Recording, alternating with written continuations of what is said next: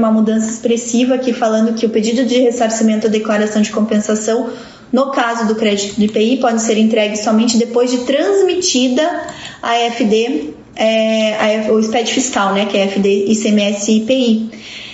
Né? Então, assim, ficou muito claro na IN que se você não fizer retificação na obrigação acessória, você não pode pedir a recuperação do tributo. Então, fica bem claro, porque o que acontecia? Muitas recuperações de tributo sem a contrapartida na obrigação acessória. Então, agora a IN 2055 deixa claro que você precisa retificar a obrigação acessória e só a partir da retificação da obrigação acessória que nasce o teu direito creditório para ser objeto de ressarcimento ou declaração de compensação.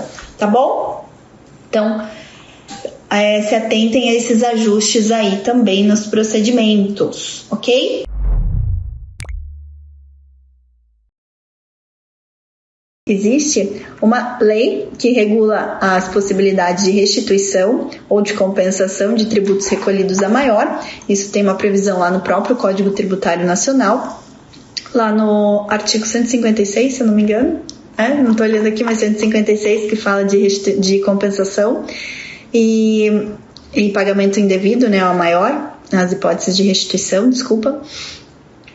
E aí isso vem regulamentado na Lei 9.430, lá nos artigos 73 e 74, também estou falando de cabeça, tá? Tanto que a gente fala dessa temática. Então, os artigos 173 e 174 da Lei 9.430 dão um fundamento legal para que hoje possamos fazer a recuperação de tributos federais, tá? E isso é regulamentado em detalhes em uma instrução normativa, que até semana passada era a instrução normativa 1717, né, e até fácil, era bem fácil a gente lembrar da IN 1717. Deixa eu abrir ela aqui, deixa eu pegar aqui, só um pouquinho, gente, vou deixar ela abertinha aqui, que essa eu vou ter que colar, né, porque é muita coisa pra gente falar de cabeça. Mas deixa eu abrir aqui a IN 1717, a IN 1717, que ela é de 2017, de julho de 2017, né? Então era uma IN bem cabalística e bem fácil da gente lembrar. Vou deixar ela aqui aberta só para pegar a data certinha, mas ela é toda... Ela é IN, olha só, era IN 1717 do dia 17/7/2017, tá? Então, realmente era uma IN super cabalística aí, né? O 7, né, o número do infinito, o número da perfeição, rodava solto nessa IN. Mas ela foi revogada e agora a gente vai ter um pouquinho mais de dificuldade para lembrar o número da nova instrução normativa que regulamenta todos os pedidos de restituição, compensação e ressarcimento. Agora é a instrução normativa 2055. Instrução normativa 2055 foi publicada na semana passada, deixa eu ver a data certinha aqui, 2055. Foi publicada no dia 6/12/2001, tá? Então, é a instrução normativa que dispõe sobre restituição, compensação, ressarcimento e reembolso no âmbito da Secretaria Especial da Receita Federal, tá? Então, não temos mais a IN 1717, agora a IN vigente é a IN 2055. Bora falar sobre as mudanças, né? Então a gente teve aí algumas pequenas mudanças aí que eu não vou nem entrar, não vou falar das pequenas mudanças, tá, gente? Porque as pequenas mudanças acabam sendo mais umas mudanças mais textuais do que propriamente de mérito, tá? Então aí acaba que não gera tanto efeito, tá bom? Mas a gente tem ali a primeira grande mudança, está no artigo 8º da IN 2055, que na vigência da IN anterior era o artigo 7º, tá? Então teve essa mudança. Por que teve essa mudança, tá? Porque um dos parágrafos do artigo 1º da IN 1717 se transformou num artigo 2º, tá? Então a gente tinha um parágrafo antes, que daí ele se transformou em um artigo 2º, tá? Falando de outras hipóteses de restituição ou compensação. Então, tanto o artigo 1º como o 2º falam das hipóteses. O primeiro ele abrange ainda, né, que é falando que a IN trata de não só de restituição ou compensação, mas trata também de ressarcimento e reembolso, né? Na vigência da 1717 ela falava no artigo 1º só restituição e compensação, mas ela falava também de ressarcimento no corpo da IN 1717. Então, o que eles fizeram um ajuste semântico, né, um ajuste aqui para que no artigo 1º realmente tenha previsto todas as hipóteses de restituição, compensação, ressarcimento e reembolso. E aí o artigo 2º, ele, que não existia na vigência da IN 1717, ele vem trazendo mais especificidades em relação à restituição e compensação, falando que também abrange contribuições previdenciárias e contribuições de terceiros, tá? Então, contribuições recolhidas para outras entidades e fundos. Então, isso ficou separado, né? Então, ficou mais detalhado ali em relação ao que a gente tinha na IN 1717. E, em virtude disso, todos os outros artigos acabam sendo renumerados, e aí a gente tem a primeira grande mudança ali no antigo artigo 7º, atual artigo 8º, tá? Que fala de procedimento de restituição. E aí fala que o procedimento de restituição vai ser feito mediante requerimento, já tinha essa previsão na IN 1717, ou processamento eletrônico da própria declaração de ajuste do imposto de renda da pessoa física. Não teve nenhuma mudança em relação a isso. E aí o parágrafo 1º teve um ajuste de redação ali falando que esse requerimento ele tem que ser formalizado por meio do programa PERDECOMP, tá? Do programa PERDECOMP, por meio de formulário de pedido de restituição, que está constante no anexo 1, caso não seja possível utilizar o PERDECOMP. Então, essa é a primeira mudança, que agora até para restituição nós vamos utilizar o programa PERDECOMP, tá?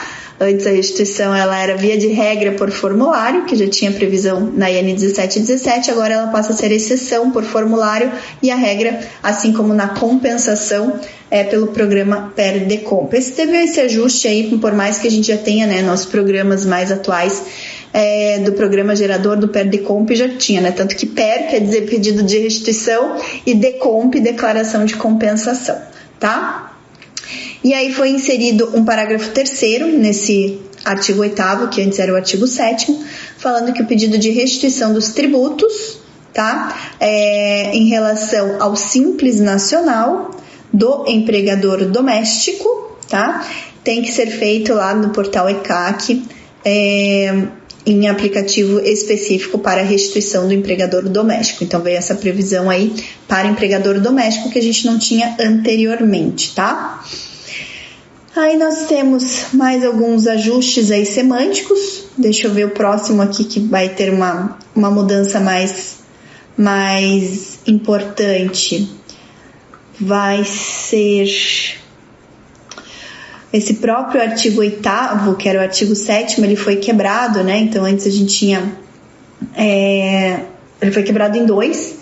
Então, a gente, desse artigo, que antes era artigo 7º, foi renumerado para o artigo 8º, ele foi quebrado, e o artigo 9º, antes, né, não existia na IN, fala que no caso de pessoa jurídica, a restituição deverá ser formalizada, deverá ser requerida pelo estabelecimento matriz, tá? Então, isso ficou num artigo próprio que estava antes dentro do corpo desse artigo anterior, tá? Então, tá falando que quando é pessoa jurídica, você vai requerer relacionado às filiais, mas por se tratar de tributos federais, você vai formalizar tudo no estabelecimento matriz, tá?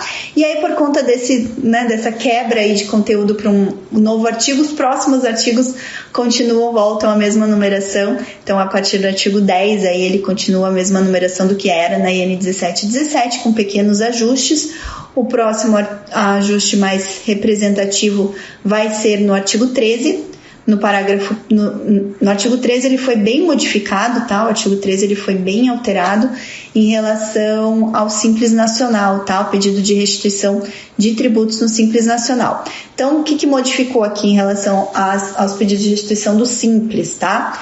Só deixou claro que o programa para pedir a restituição é o programa que tem acesso pelo ECAC, tá? Então teve esse ajuste aí, o programa é acessível pelo ECAC, e veio trazer a previsão de que no caso de restituição relacionado ao MEI, tá? O microempreendedor individual, que tem, né, o Simples do MEI, aí vai ser feito pelo aplicativo MEI. Não existia essa previsão na IN 1717, então veio essa previsão de que para MEI, quando for fazer pedido de restituição relacionada a pagamento indevido a maior, isso se dá por meio de um aplicativo próprio chamado aplicativo MEI em dispositivos móveis, tá? Normalmente MEI, né, são pessoas aí que são profissionais autônomos, né, que formalizam a pessoa jurídica no MEI. Então, para ficar mais fácil, né, não ficar dependente de um programa de computador, acessível só pelo computador, então criou esse aplicativo MEI acessível em dispositivos móveis, tá bom? Daí tá falando, daí vem com a previsão de que esse aplicativo ele tá disponível em Android ou em sistema iOS, né, que é do sistema da Apple. E aí, parágrafo 3º, né, desse mesmo artigo 13, falando que esses pedidos, que os pedidos que forem formalizados em desacordo com o disposto nesse artigo, eles vão ser sumariamente indeferidos. Então aí fica o alerta, né, para quem vai fazer a restituição do Simples ou do CIMEI, né, do Simples do MEI. Aí tem essas novidades aí na IN 2055.